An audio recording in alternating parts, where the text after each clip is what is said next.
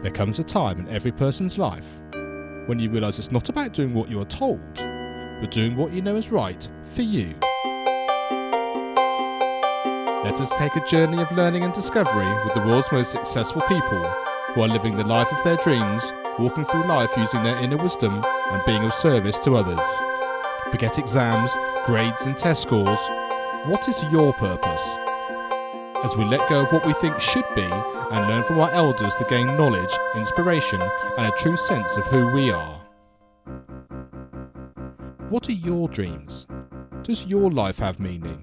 Are you living a life of significance? Let's talk with today's guest.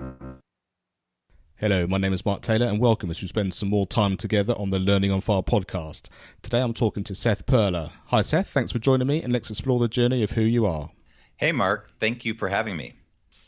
So let's start with a little bit of history. Obviously people are here from the accent, you're from America, so whereabouts are you living, and give us a bit of background into your sort of education experience there. My accent, just kidding. Cool. First of all, I want to say thank you for what you do, and thank you for just stepping up in the world and doing something that affects so many people. I really appreciate that you have made the choice to do that to help kids, essentially. Oh, brilliant. Thank you very much. We appreciate that. So my name is Seth Perler, and I live in Boulder, Colorado in the United States, and I am an executive function coach. So basically what that means is that I specialize in working generally with middle, high school, and college students who struggle in school. So they often struggle with things like time management, organization, focus, motivation, procrastination, getting started, getting finished, getting things turned in. And ultimately, their grades are usually suffering as a result of it, and they struggle with this stuff. So that's what I do now. And I also focus on 2E kids, which means that they're twice exceptional. So most of the kids that I work with are gifted and talented in one way or another, but they also have some learning challenge. They may be dyslexic, have Asperger's, ADHD, or have no diagnosis whatsoever, but they are still struggling. And as far as who am I, that I'm a coach, but I was also a school teacher. I taught elementary school, middle school, math, science, social studies, reading, writing. So I taught all subjects, and I also taught various ages.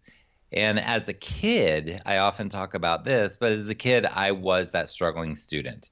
So literally starting in first grade, I started getting teacher reports that said things like daydreams, does not pay attention, isn't trying, lazy, things like that. And I struggled every year until as a student in high school, things got really bad and I couldn't really fake it anymore. When I was younger, I could kind of fake it, but as I got older, I couldn't, and my grades started really suffering. And then I went to college and I failed out of college. And then I went to another college and I almost failed out, but instead I dropped out. And I just really felt hopeless and like I couldn't do school. And I just had no idea what to do. And then I turned my life around, learned how to navigate life a little bit better, ended up going back to school to become a teacher because I do believe in education when done right. And that education is the key to allow us to have as many opportunities as possible and for a great future.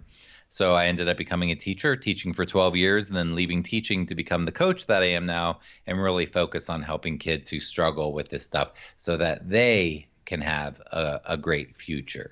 And that sounds really amazing. And I guess that really is, well, I guess it really is, you sort of see both sides of that coin, don't you? Because I was just going to say, your life growing up is different to now, but in some ways it's the same thing. You're just on the different side of the fence. You're now helping and supporting those people, but really from having the experience of doing it. So you must have some kind of empathy there, which really, I guess, puts you in a really strong position for those people you're working with.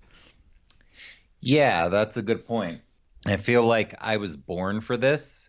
And I feel like my superpower is the empathy, is that I can really sense and feel what my students and the families are going through on a very, very deep level because I was there. And it's so hard and I felt so bad about myself, and I don't want people to feel like that again.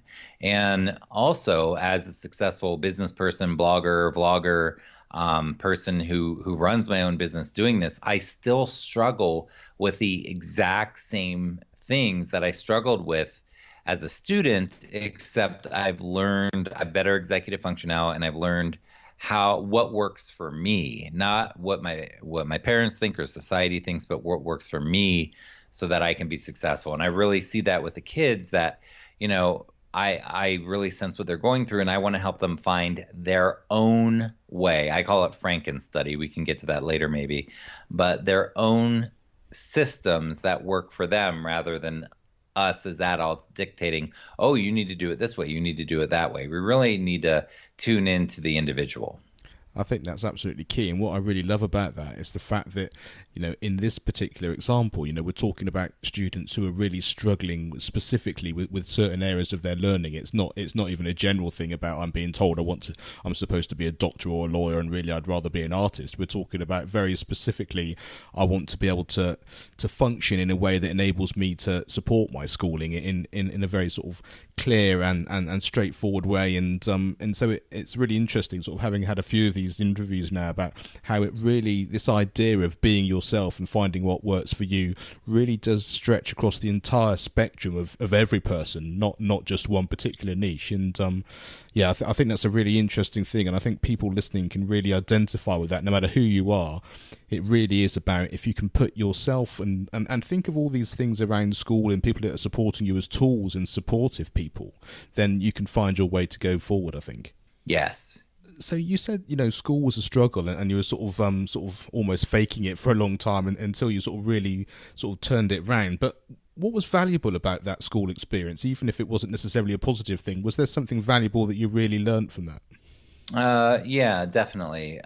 First of all, I'll talk about, just because I think people can relate to this, but the way that I was sort of faking it is what I would call compensatory strategies. So in my case, the way that I compensated for my weaknesses was that I could sit in the class and half pay attention and learn very quickly. And if there was a test or an exam or a paper that had to be written in class, I could fake it pretty well. I could learn enough to fake it.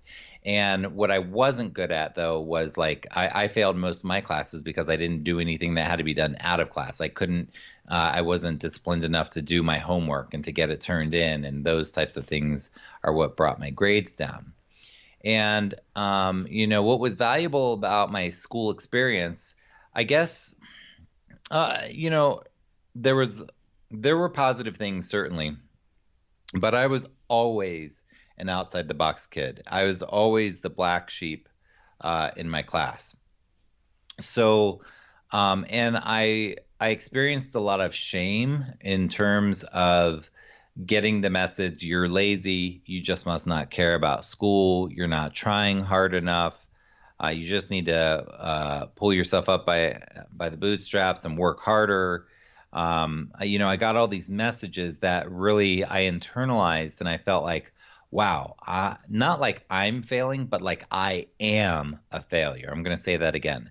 I didn't just feel like I was failing. I felt like I was a failure, like I was lazy. And I do not believe that story today. So one of the things that was so valuable about the experience, as I was mentioning before, that it is so valuable that I got to suffer and I got to learn and see these patterns that I see in so many students nowadays through that suffering. But I also, what was valuable with the suffering, and I'm not trying to sound like a victim or blaming or anything, but what was so valuable about it is that I got to have this experience where I really felt very bad about me.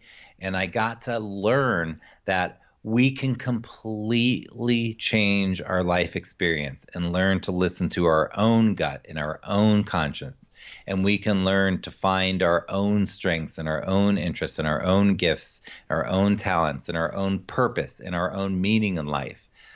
Even though there's so much pressure from the outside sometimes, that it was so valuable for me to experience that, because I get it. I can see that it doesn't have to be that way, and that if I could do it, Anybody can do it. Not easily, and I'm not trying to say that, but that was very important for me to understand. And I think that's a really great takeaway to have, is the fact that every experience you have is a positive one, depending on how you look at it and how you see it and how you reflect on it as you go through. And I think that's a really valuable thing for us all to understand as we go forward. Which teachers do you remember, and why is that? Okay, that's a great question. I remember some of the ones that I really liked and some of the ones that I didn't. I'm going to mention one that I didn't first, and then I'll mention a couple that I did. So one of my teachers, I really felt like she hated me. And the reason I'm bringing this up is because I have a lot of students now that will say, my teacher hates me, or my teachers hate me, or the school hates me. And I don't think today that she actually hated me, but as a student, I remember her because I felt like she hated me. I felt like I was being not, I was given the short end of the stick, and she was unusually hard on me, and she was not tolerant of me. And she was someone who is a very structured, organized human being, somebody who really didn't get it. It just didn't make any sense to her that I was not compliant with what she was telling me to do. And she had a huge, huge, huge influence on me, because part of the reason I became a teacher was I never wanted anyone to feel like that again. Obviously, I can't change the world like that, but that had a huge impact on me, and really not wanting anyone to suffer like that. So, and the some of the other ones that I remember, one, he was my high school Spanish teacher. I actually failed his class, but I loved this guy. His name was Mr. Gould, and he was one of my high school Spanish teachers. And another one, Mr. Brooks, he was a high school writing teacher. And another one, Miss Agrelo, she was a high school Spanish teacher. These three teachers, and probably others that actually, there's one named Miss Ittenbach. She was a writing teacher. So it's interesting. I mentioned two subjects. One is Spanish. These are four teachers. Two of them were Spanish classes, and two of them were English classes, reading and writing classes. Now, I did not do well in Spanish, but I did feel like a good writer.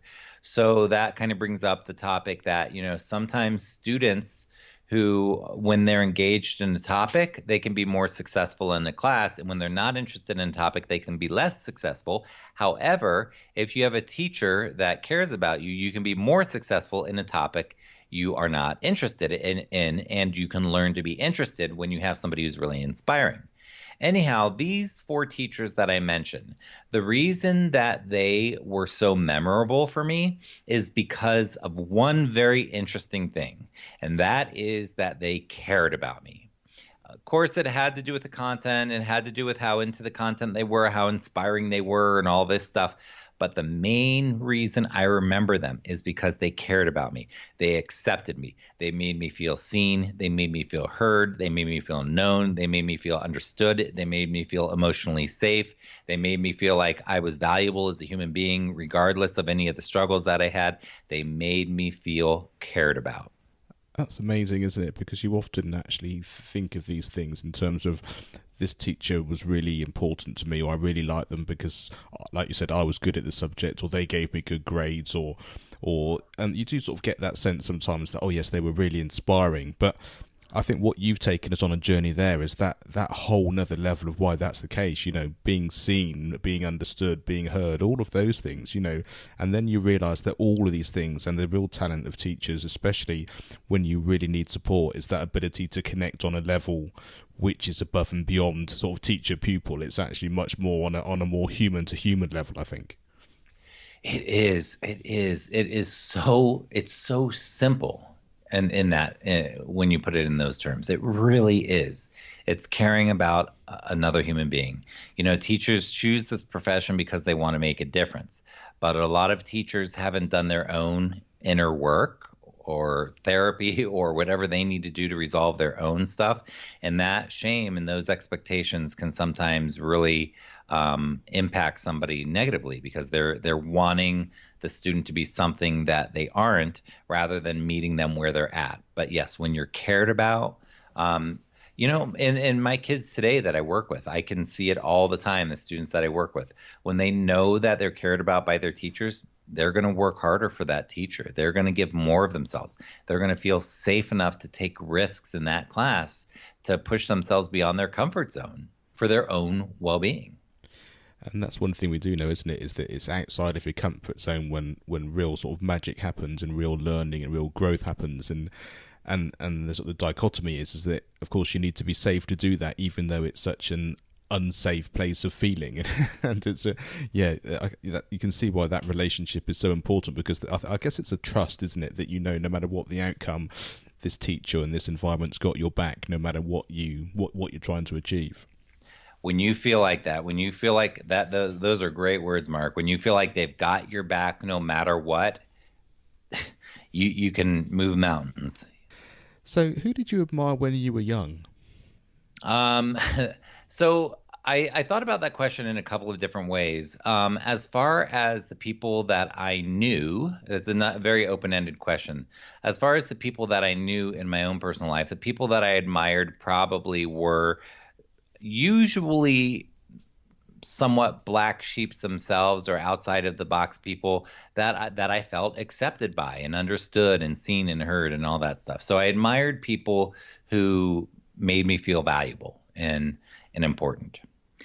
I also admired creative types. I loved rock and roll music. The band Kiss was one of my favorites. I had posters of Kiss growing up, and all of these rock and roll bands, Queen and Led Zeppelin and Jimi Hendrix. And so I really admired creative people that I didn't even know, but that were able to affect my life through their art and their creativity.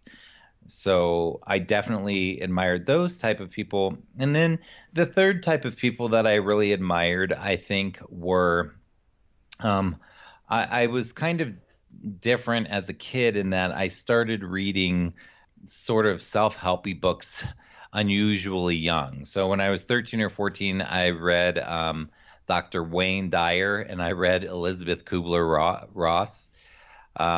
So I read these books that were very, very heavy. And I was a sensitive kid. I was a deep kid. To this day, I like depth. I like deep thinking. I like deep feeling. I like introspection and self-reflection and journaling and metacognition and learning and self-awareness type things. But these authors who wrote these books, these quote self-help books that some people may think are cheesy, but these books, they changed my world. They helped me see that these deep thoughts and deep questions that I was having about the world and the meaning of life and existence and humanity and the human experience and the hero's journey and all of these thoughts that I had swirling around in my head, these people had spent time writing books that examined how we can develop greater self-awareness in this world, in this very precious, brief lifetime. How can we get the most out of it? So I would say that, to wrap it up, those are the people that cared about me, the creatives and the musicians and the artists, and then the authors that really dove into the human condition. And what I find really fascinating is that all of these people had an impact, but in a different way. And I think that's the great thing to take away when we're looking at our own lives, and what's our strength, what are our skills. You said earlier your superpower, because everything that you do when it's authentic can affect people and have an impact on them in a different way. Like I said, from the rock and roll band, which is seems like a stratosphere away from you when you're just in your bedroom listening to them as a youngster, to the intimacy of actually, like you say, reading a book and someone who's literally opening the world from the inside out and exposing you to something which is completely new, but transforming, but also connecting with you in a way that is true. I think especially when it's something like you said with Wayne Dyer and people like that, it just really makes that kind of connection. And so the impact can be either end of the scale. It can be far-reaching and it can also be intimate at the same time. And as long as it's authentic, I think that really is the way that you make the biggest impact overall. Yeah, I'd agree. I definitely agree. The authenticity. Yeah, and I think there was, as far as the impact, you ask about the word impact, and I think that all of those people, one of the key ways that they all impacted me in my life was that when I was having an internal struggle, when I was down on Seth, when I was hopeless, when I was sad, when I felt horrible about me, when I felt like that loser, that lazy person that couldn't do anything, when I felt like I couldn't achieve my goals, and when I beat myself up, all of those people, the impact that they had on me was that during those dark, difficult, challenging times, they gave me the hope to push that next step, to move forward a little bit, to take a tiny risk, to just say, you know what, maybe I'll figure this out. Maybe things will be okay. What great words of wisdom there! Just to sort of have that sense that there is another way, or just keep going. I think that's often the case, isn't it? You don't know how close you are to just turning a corner, or having a bit of chink of light coming through that can actually change how you feel about yourself, and therefore from there, how you experience the world around you. You don't. Yeah, you don't know how close you are to things changing. Yep. It could be right around the corner. It might be a while. At times it is. At times the light at the end of the tunnel feels very far away. But inevitably, if we persist, if we do hold on to that little bit of hope and we keep moving forward, there will come a time when we're out of the tunnel and we look behind us and we say, whoa, I'm not there anymore. I'm in a better place. And I really hope that these conversations that we're having on the podcast can really shine a light on that, because that's a recurring theme of that.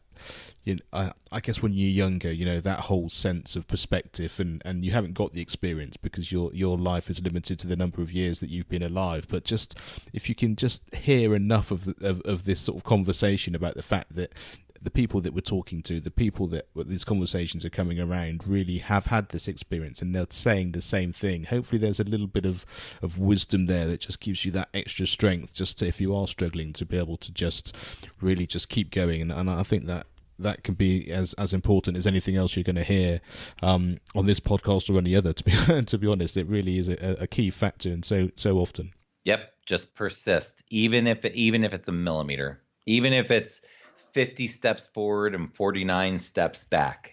You're moving in the right direction. That's the key, isn't it? Yep, it is. What was the best advice that you've ever been given, and who gave it to you?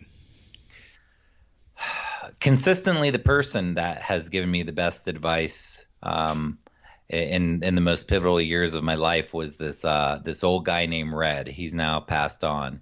But one of the things that he said to me, he would kind of give me tough love and tell me the truth, and I did not like it at the time.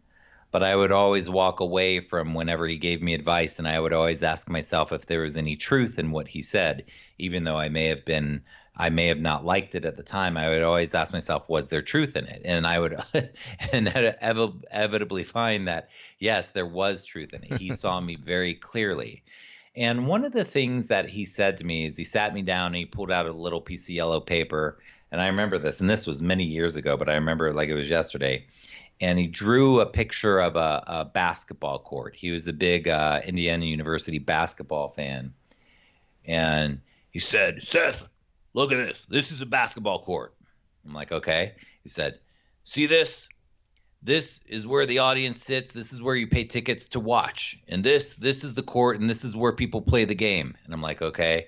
He's like, life is not a spectator sport. Only a small percentage of people actually get in there and play the game. Get in there and play the game.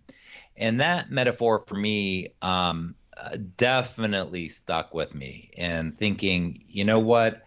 We can live life pretty unconsciously, pretty mindlessly, pretty numb, pretty reactive.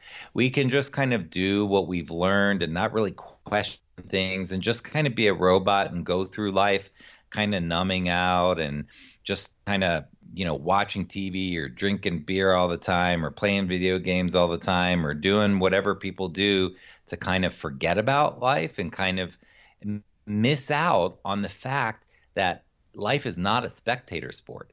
We can get in there and really engage in life, the whole gamut of life, really experience sadness in a good way where we're processing it, really experience even emotions like anger in a good way where we're looking for the messages that anger gives us, really experience joy and happiness and peace in a very, very deep way, not a surfacey way, not just going to just quote, have fun, but to really experience the depth of joy that's available to us on a deeper level, on a very real personal level, to really engage in life, not just sort of drift through life and not, he used to say, don't cope, live, not to just cope with life, but to live and engage with life, to get in the game, to be a player, to take the risks, to win, to lose, to get hurt, but also to experience, it's not all about that, but to really experience the whole gamut, but really when it's good,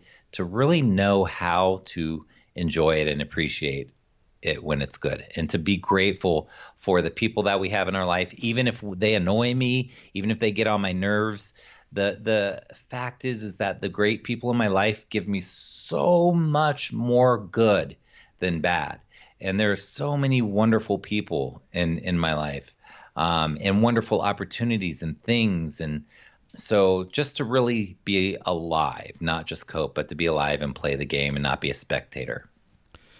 I can really identify with that, because, like you say, it really is easy just to watch everyone else and feel like you've got no control, isn't it? And that's the thing. When you make that decision to be involved, then you have the chance to make a difference, whatever that happens to be. And like I say, sometimes it's tough, and sometimes you have to feel the full force of, in that analogy, being injured as opposed to school in the basket. But all of it's important if you're living it through, and it's certainly one of the things that I've noticed with our children. Sometimes people want to sort of dumb down those emotions, especially if there's, if you're angry or someone's sort of making life uncomfortable for you. But to fully appreciate it and understand it for what it is and live through it is an incredibly powerful thing, I think. Yeah. What advice would you give your younger self? I guess the advice that I give my younger self, I think there would be probably three things. Let's see if I can remember them all. One would be, don't be so hard on myself. I beat myself up more than anybody. I held myself back more than anybody. Another thing would be, don't be so resistant. Resistant to asking for help, from my parents, from adults, from teachers. Resistant to receiving help. Resistant to journaling, or to taking more time to do my homework, or to study for tests, or to read books, or to do things that were good for myself, to use a planner, to do my schoolwork. So I would say, don't be so resistant. And I guess along the lines of the first one with don't be so hard on myself, is to be more kind to myself and more self-caring and more compassionate with myself. And the third one would be to take more risks. Risk developing new relationships with new human beings. Risk letting go of friends that weren't working for me and friends that weren't true friends. Risk doing things that were scary, but that I wanted to do and that I believed in. Today, as an entrepreneur, as my own business, and I'm sure you can relate to this, Mark, with, for example, the podcast. You are risking yourself by making this podcast and putting it out there in front of people all the time, and being vulnerable about who you are and what you care about and showing it to the world. Like, that's a huge risk. I am certain, I'm interested to hear this from you, but I'm certain that you went through times when you clicked publish on those first podcasts, when you were probably terrified. And when you first put up your website and your about page, and you were terrified that the world would judge you. Now, one of my biggest keys to success as an entrepreneur is I take tons of risks. I risk making online programs, making videos, making articles, saying my truth about something that people might disagree with and they might not like. I risk putting myself out there. I risk doing what I believe in. And it is scary to this day. And I have failed so many times. If I take 1,000 risks this year in 2018, I might fail 800 times.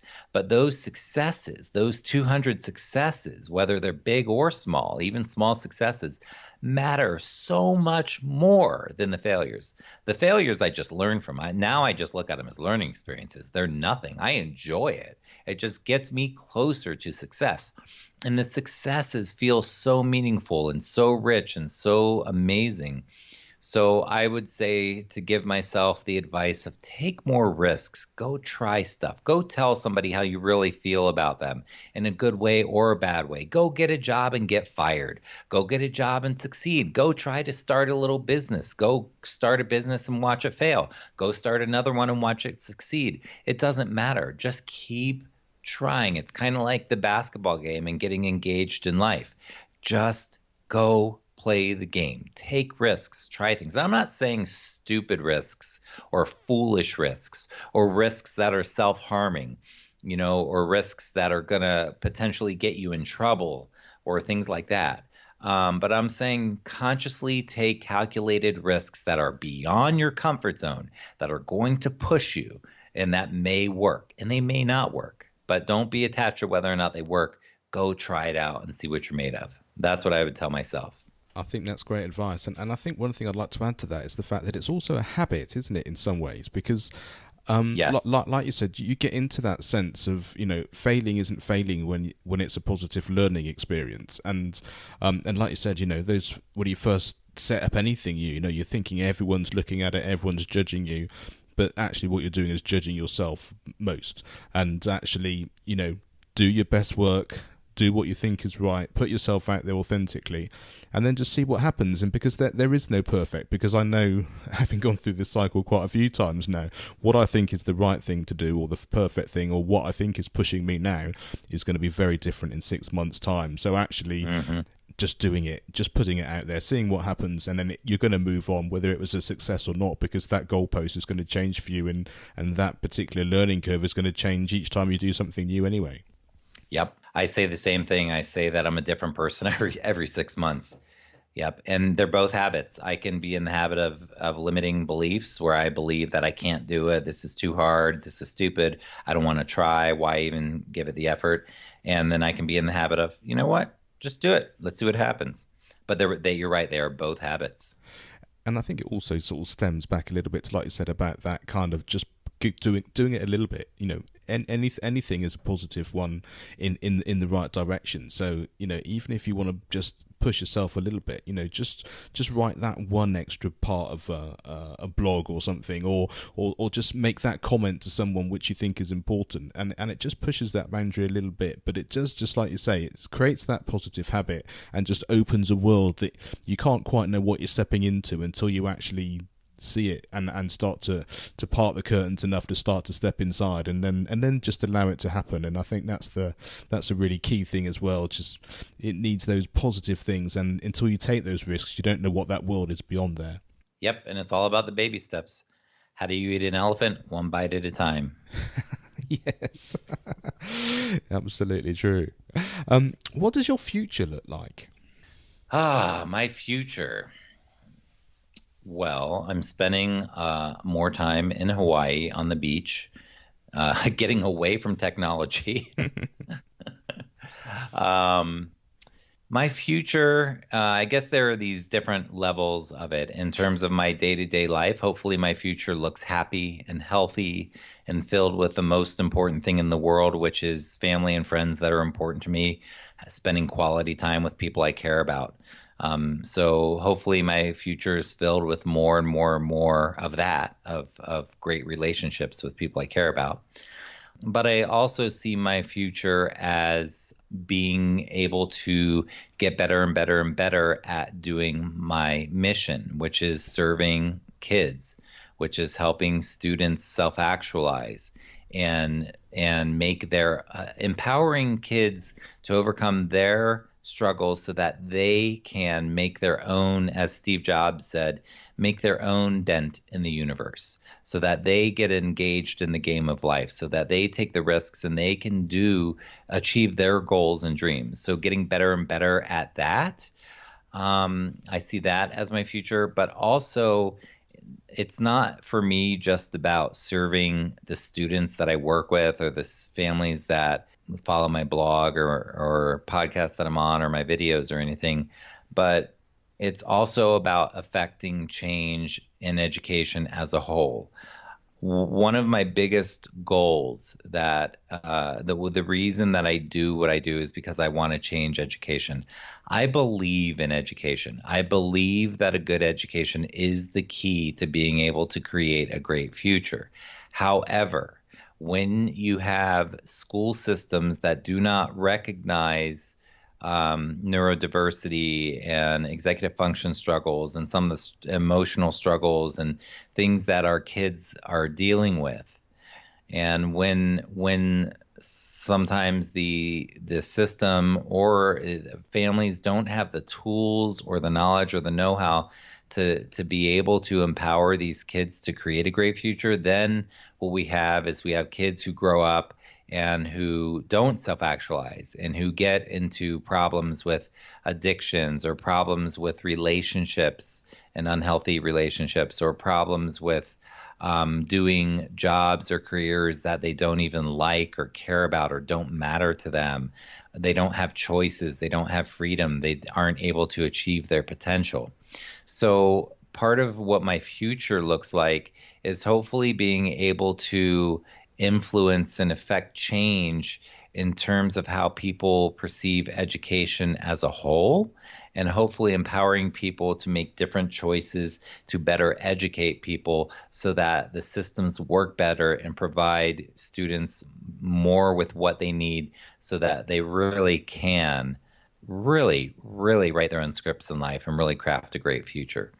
That really is a great thing to aim for, and well, I know you're achieving it, and with some of the great work that you're doing, and it's that exact reason that this podcast network exists. You know, it's that kind of a podcast which can show some of the great, inspiring, creative stuff that's happening in schools already on the Educational File podcast, and then within that, whether you've got a great school or not, there's that personal journey that we're going on as students and parents, for that matter, which this podcast actually is able to identify and help you with as well, and on that sort of bigger level, my latest podcast, which is for the National Association for Primary Education, you know, I know today they've been talking to government about various things that are going through the education system, and they've been asked to comment on that. So this sort of collaboration with all of these different areas, they all touch our lives in different ways, but I think we have a chance to make change just by doing those little things as they come by, and just sharing these messages and sharing our journeys with everyone.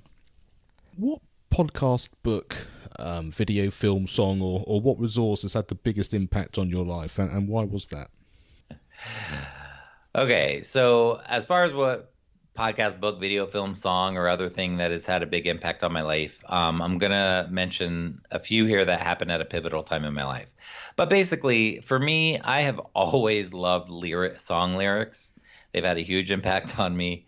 A lot of books have had a huge impact on me. For example, The Hobbit, that of Mice and Men, like these were just the Wayne Dyer and Elizabeth Kubler-Ross on Death and Dying. Like these have had huge influences.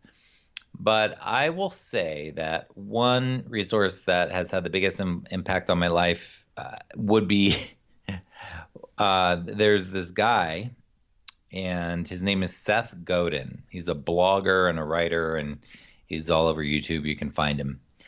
But what happened to me, Mark, was that I was a teacher for 12 years. And as a teacher, I felt very limited in the sense that I felt I didn't have anything to fall back on. And once I became frustrated with the system where I didn't feel like I could do what I was there to do, where I couldn't serve students the way I felt like I needed to, I felt like, what can I do? And I had this crazy idea of starting this blog and starting this business and really serving the kids, the struggling students that I love helping. I like complicated human beings. That is my thing. I really enjoy helping people decode their brains and figure out how to navigate life. and I didn't know anything about business. I didn't know how to do any of it, and I was terrified, Mark, as I'm sure you probably have been with your podcast and stuff. But I really didn't know if I could do it, and I found Seth Godin, and I started reading his blog religiously and watching videos of him and reading his books and stuff. And what I really learned from Seth Godin was very, very, very reaffirming and very pivotal, was that if I do what I believe I should do, and what I believed I should do was focus on service, focus on helping human beings in the way that I believe I was meant to. If I focus on generosity and giving, and I create a business based on that, and I don't do any sleazy sale tactics, which is very hard to get that message. But Seth Godin is actually like, look, just be authentic, make something awesome, offer it to people, be helpful, be generous, be kind, put yourself out there, make a ruckus is something that he often says.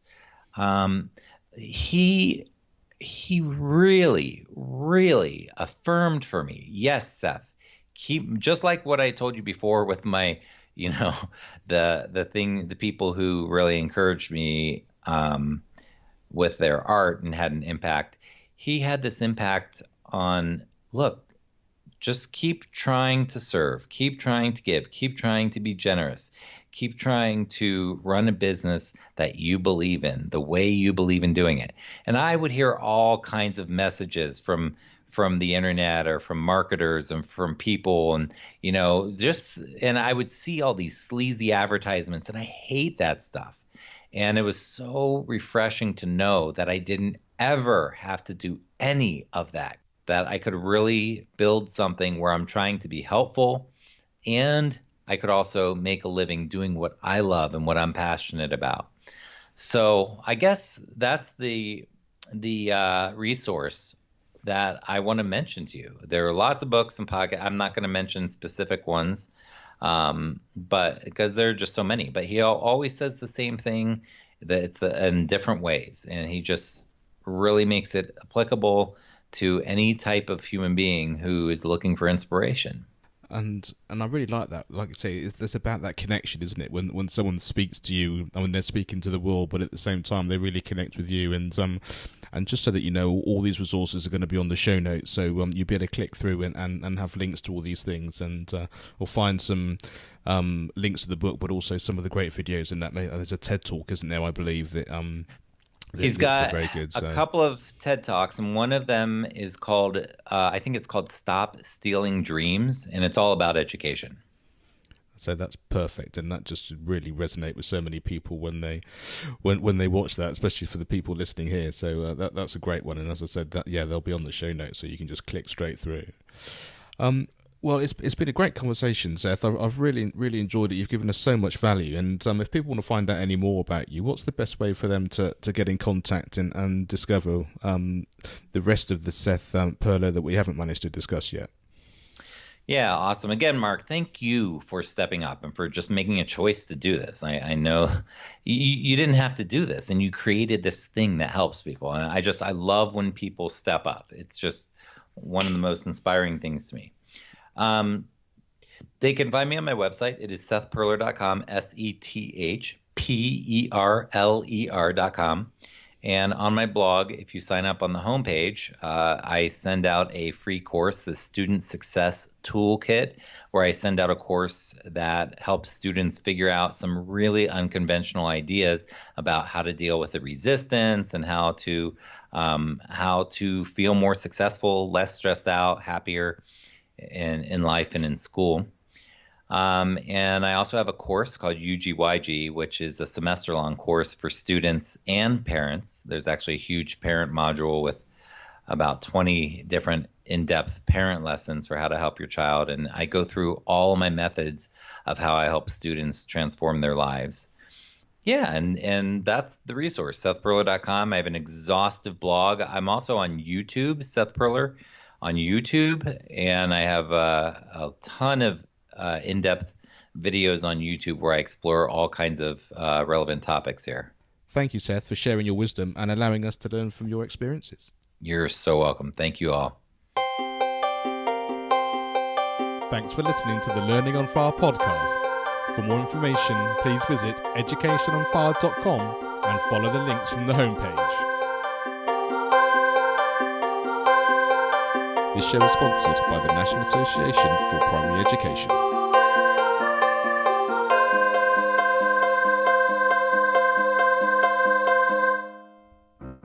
Education is not the filling of a pail, but the lighting of a fire.